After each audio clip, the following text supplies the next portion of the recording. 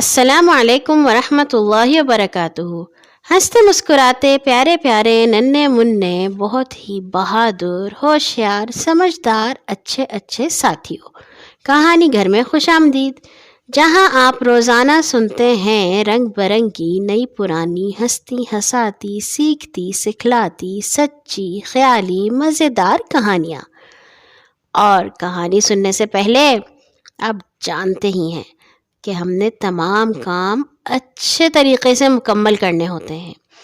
چلیے آج سے ہم شروع کرنے لگے ہیں کہانیوں کا ایک نیا سلسلہ، اور یہ سلسلہ اس لیے شروع کر رہے ہیں کہ اب سے 2 ہفتے بعد ایک بہت ہی اچھا برکت والا مہینہ شروع ہونے والا ہے۔ جانتے ہیں آپ سب، رمضان کا مہینہ، یہ مہینہ اتنا اچھا ہے کہ اللہ تعالیٰ اس میں بہت زیادہ رحمتیں اور برکت نازل فرماتے ہیں۔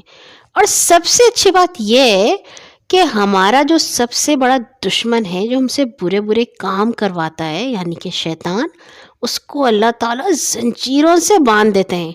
وہ کوئی برا کام نہیں کر سکتا اور نہ ہمارے سے کروا سکتا ہے۔ آج سے ہم شروع کریں گے ایک سلسلہ قرآن کہانی، یعنی کہ اللہ تعالیٰ کی جو کتاب ہے قرآن، اس میں اللہ تعالیٰ نے ہمیں بہت ساری کہانیاں بتائی ہیں۔ ہم روزانہ سنیں گے اس قرآن میں سے ایک کہانی۔ آج ہم سنیں گے قرآن کی کہانی کہ آخر قرآن کیسے نازل ہوا، کہاں سے آیا، نبی صلی اللہ علیہ وسلم کو کس نے سکھایا۔ چلیے شروع کرتے ہیں۔ نبی صلی اللہ علیہ وسلم حضرت خدیجہ سے شادی کرنے کے بعد بہت آرام میں ہو گئے تھے، کیونکہ حضرت خدیجہ بہت امیر تھیں اور انہوں نے اپنی ساری دولت نبی صلی اللہ علیہ وسلم کے سپرد کرتی تھی۔ لیکن آپ عیش و آرام کی زندگی گزارنے کی بجائے اللہ کی عبادت اور اللہ کے بندوں کو فائدہ پہنچانے والے کاموں میں لگے رہتے تھے۔ بھوکوں کو کھانا کھلاتے، جن کے پاس کپڑے نہ ہوتے انہیں کپڑے پہناتے، کسی کو مصیبت میں دیکھتے تو اس کی مدد کرتے۔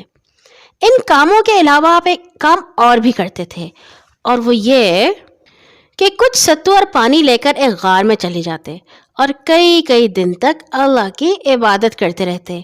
اس غار کا نام ہرا ہے۔ یہ مکہ شہر سے شمال مغرب کی طرف کوئی 3 میل کے فاصلے پر ایک پہاڑ میں ہے، جس کا نام جبل النور ہے۔ غار بہت بڑے اور بہت گہرے گڑھے کو کہتے ہیں۔ یہ پہاڑوں میں بھی بن جاتے ہیں اور زمین میں بھی۔ ایک دن کا ذکر ہے کہ نبی صلی اللہ علیہ وسلم غار کے اندر اللہ کی عبادت کر رہے تھے کہ نبیوں اور رسولوں کو اللہ کا پیغام پہنچانے والے فرشتے جبرائیل ظاہر ہوئے اور آپ سے کہا، پڑھیے، اقرا۔ نبی صلی اللہ علیہ وسلم نے جواب دیا، ما انا بقارئ، میں پڑھنا نہیں جانتا۔ یہ سن کر آپ صلی اللہ علیہ وسلم کو فرشتے نے سینے سے لگا کر زور سے بھینچا اور کہا، پڑھیے۔ آپ نے پھر وہی جواب دیا کہ میں پڑھنا نہیں جانتا۔ اسی طرح فرشتے نے آپ صلی اللہ علیہ وسلم کو 3 بار سینے سے لگا کر بھینچا اور کہا، پڑھیے، اور آپ نے یہی جواب دیا، میں پڑھنا نہیں جانتا۔ اس کے بعد فرشتے نے کہا، اپنے رب کا نام لے کر پڑھیے جس نے تمام چیزوں کو پیدا کیا۔ پڑھیے، آپ کا رب بہت کرم کرنے والا ہے، جس نے قلم کے ذریعے علم سکھایا اور انسان کو وہ باتیں سکھائیں جو وہ نہ جانتا تھا۔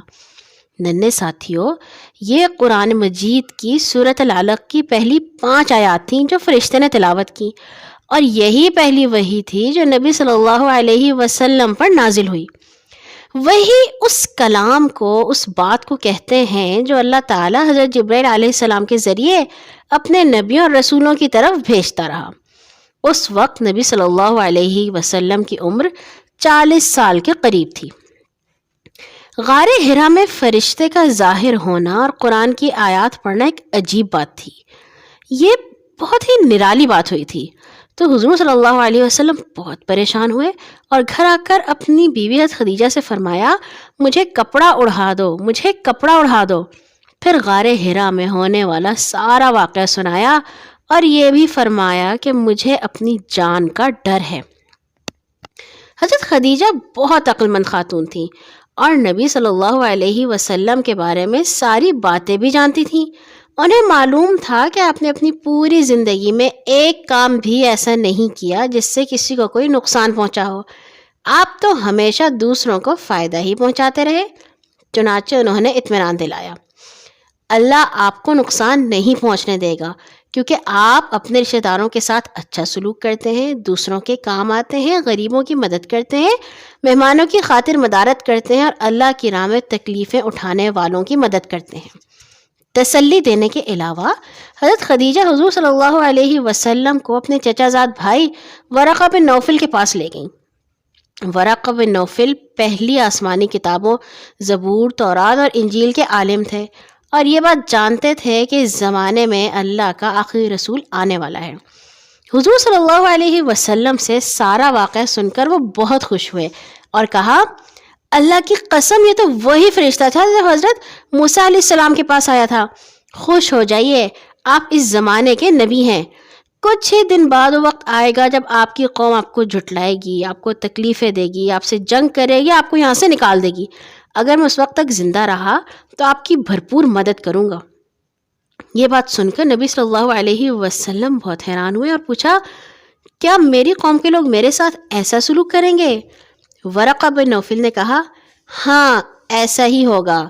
پہلے زمانے سے نبیوں اور رسولوں کے ساتھ ان کی قوموں کے لوگ ایسا ہی سلوک کرتے آ رہے ہیں۔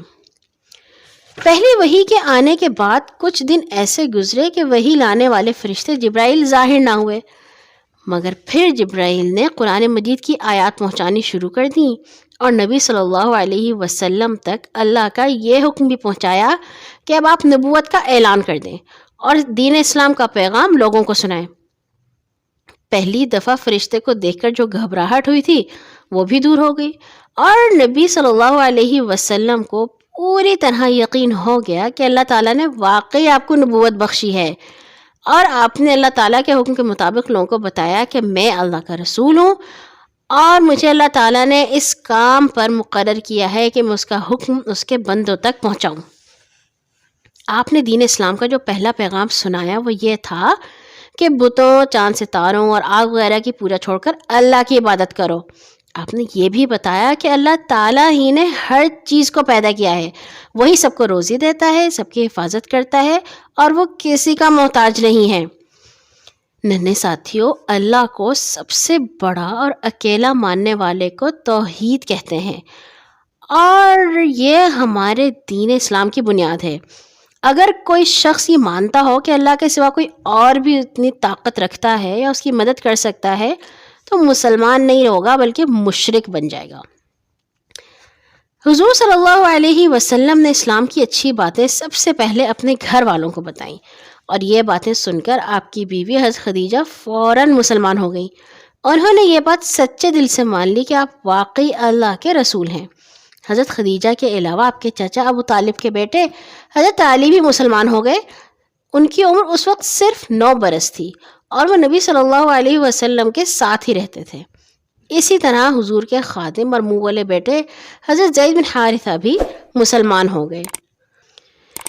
یہ تھی قرآن کی پہلی وحی کی کہانی، یعنی کہ اللہ تعالیٰ نے حضرت جبرائیل علیہ السلام کو یہ ڈیوٹی دی تھی کہ وہ نبی صلی اللہ علیہ وسلم کو قرآن سکھایا کریں۔ کل آئیں گے ایک اور نئی قرآن کہانی کے ساتھ انشاءاللہ۔ سونے سے پہلے اپنے لیے اور تمام مسلمانوں کے لیے دعا کرنا مت بھولیے گا۔ اللہ حافظ۔